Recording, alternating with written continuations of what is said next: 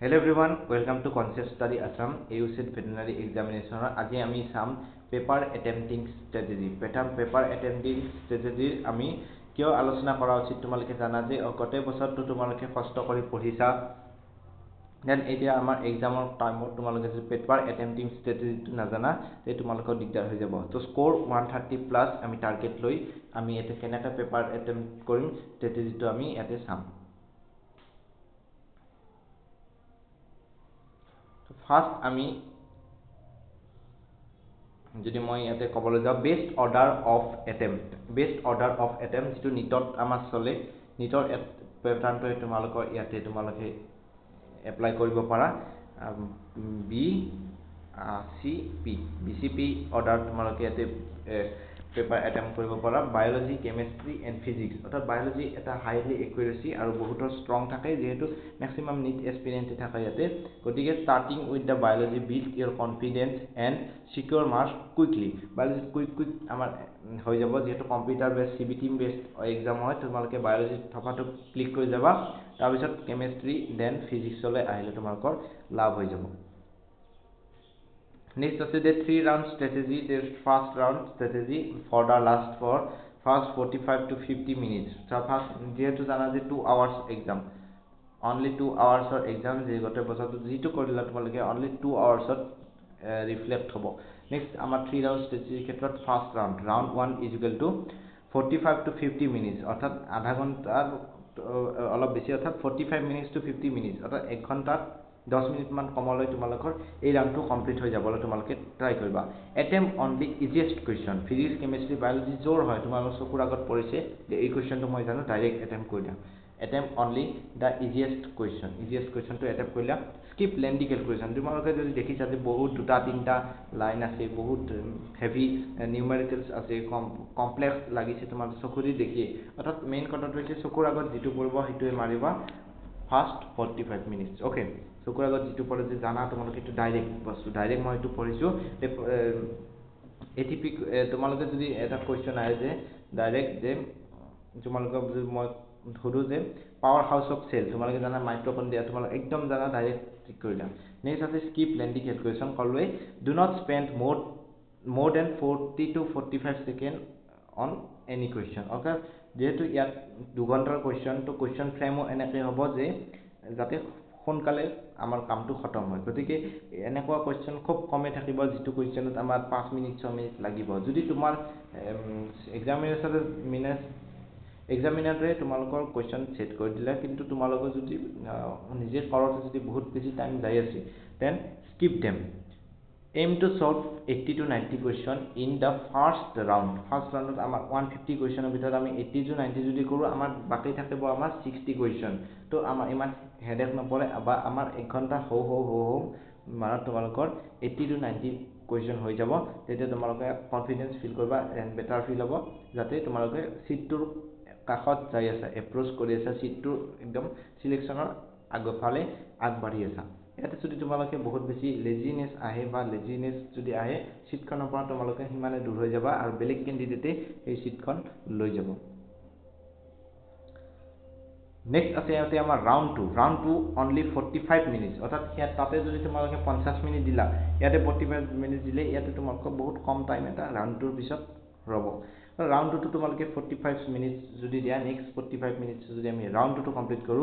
return দা question U skip অৰ্থাৎ যিখিনি আমাৰ 2 লাইন 3 লাইনৰ লেন্দি কোৱেশ্চন আছিল সেইখিনি ওপৰত আমি ৰিটাৰ্ন কৰিম solve moderate level numericals and conceptual question এটা বহুত বেছি টাফ লেভেল আহিটো তোমালোকে এৰি দিবা কিন্তু মডাৰেট লেভেল যিখিনি আছে কোৱেশ্চন সেইখিনি তোমালোকে সলভ কৰা এলিমিনেট ইনকাৰেক্ট অপচনস বিফোৰ এনসাৰিং ক্ষেত্ৰত আমি আগতে আমাৰ যিবিলাক ক্লাস হৈছে ইয়াতে ফিজিক্স কেমিস্ট্ৰি বায়োলজি আমি যিখিনি কৰিছো তাত আমি এলিমিনেশন মেথড আগতে কি কৰো যে কি কোন কেইটা অপচন হ'ব নোৱাৰে সেইকেইটা তোমালোকে ডাইৰেক্ট এলিমিনেট কৰি দিও reach 125 to 135 attempted question অৰ্থাৎ ইমানখিনি যদি অ্যাটেম্প কৰি দিছা তোমালোকৰ যদি ভুল শুদ্ধ হয়ও তোমালোকে ইমানখিনি যদি অ্যাটেম্প কৰিছা তে 110 প্লাস নাম্বাৰ এটা তোমালোকৰ থাকা সম্ভাৱনা থাকে ইমানখিনি যদি কোৱেশ্চন কৰিছা যদি তোমালোকৰ জ্ঞান আছে ভালকে তে 110 প্লাস পোৱা এটা সম্ভাৱনা থাকে এইখিনিলৈকে যদি কৰা নেক্সট আমাৰ যে কথাটো হৈছে কিছুমানৰ একদমেই জ্ঞান নাই এনেও টুক্কা মাৰিছে তে সেইটো ৰিস্ক ল'ব নোৱাৰি কিমান নম্বৰ পাওঁ ওকে নেক্সট আছে আমাৰ round 3 list for the 25 to hardly মই কৈছো ইয়াতে আমি 20 টু 25 মিনিট লিখিছো যদিও তোমালোকে মানি চলা যে 15 মিনিট তোমালোকৰ হাতত থাকিব ৰিভিউ মাৰ্কড কোৱেশ্চন চালা যে কিনকিটা কোৱেশ্চন আৰু হ'ব পাৰে যদি তোমালোকৰ বহুত বেছি কনফিডেন্স আছে যে মই দি দিও তোমালোকে দি দিবা answer only if I eliminate at least two options চাৰিটা অপচন থাকে 1 2 3 4 চাৰিটা অপচন থাকে দুটা অপচন আমি কাটি দিলো তে 50-50 চান্স এটা থাকে তো তেতিয়া তোমালোকে এতে মাৰ দিব পাৰা নেক্সট আছে avoid blind guessing because the negative markings of -2 -0.25 or নিটৰ পেটাৰ্নতে হয় যদিও এতে 4:1 ৰেশিওতে চলে আৰু ইয়াত 1:1/4 ৰেশিওত ইয়াতে কামবিলাক চলে নেক্সট এতে আমাৰ দিয়া হৈছে যে বায়োলজি কিমানটা কোৱেশ্চন এলটমেন্ট অফ 120 মিনিটস অৰ্থাৎ 2 আৱাৰ্ছৰ ভিতৰত আমাৰ কি কথাটো হৈছে subject biology zoology botany 60 question কেনেকা ধৰণৰ কোৱেশ্চন থাকিব এতে তোমালোকে দিয়া হৈছে 150 টা কোৱেশ্চনৰ এটা সেগ্ৰিগেট কৰি দিয়া হৈছে কিমান মিনিটৰ ভিতৰত তোমালোকে কৰিব লাগে এটো তোমালোকে অলপ চাই লব 40 মিনিট ইমান মিনিট ফিজিক্সৰ টাইমটো অলপ বেছিকে দিয়া আছে যদিও তোমালোকে এটো ফাকে মিলাব লাগিব নেক্সট আমাৰ আছে কোৱেশ্চন স্মাৰ্ট গেছিং ৰুলস মানে এটো টুক্কা ষ্ট্ৰেটেজি টাইপৰ অলপমান হয় টুক্কা যদিও এটো আমাৰ স্মাৰ্ট গেছিং ডাইৰেক্ট ব্লাইন্ড টুক্কা নহয় যদিও এটো টুক্কা ষ্ট্ৰেটেজি হয় you know the answer you can eliminate দুটা অপচন এলিমিনেট কৰিছে এটা অপচন যদি এলিমিনেট হৈছে তিনটা আনসাৰ যদি আছে তে আমাৰ 33.33% চান্স এটা থাকে যদি দুটা এলিমিনেট হয় তে 50% চান্স এটা পাই যায় you are above 40-70% content skip if you have no idea কোনদিনে দেখা নাই আউট অফ এনসিআরটি কোৱেশ্চন আহাই মই আগৰ প্ৰিভিয়াস ইয়াতো কোৱেশ্চনত পাইছো ইয়াত আউট অফ এনসিআৰটি কোৱেশ্চন আহে skip them all four options seems equally likely গতে কিছুমান লাগে যে গোটেকেটা অপচন একে বা গোটেকেটা অপচনে হ'ব পাৰে then skip them and if would take too long to solve বহুত বেছি টাইম কনজিউম হৈ আছে skip them it was a last minute checklist before handover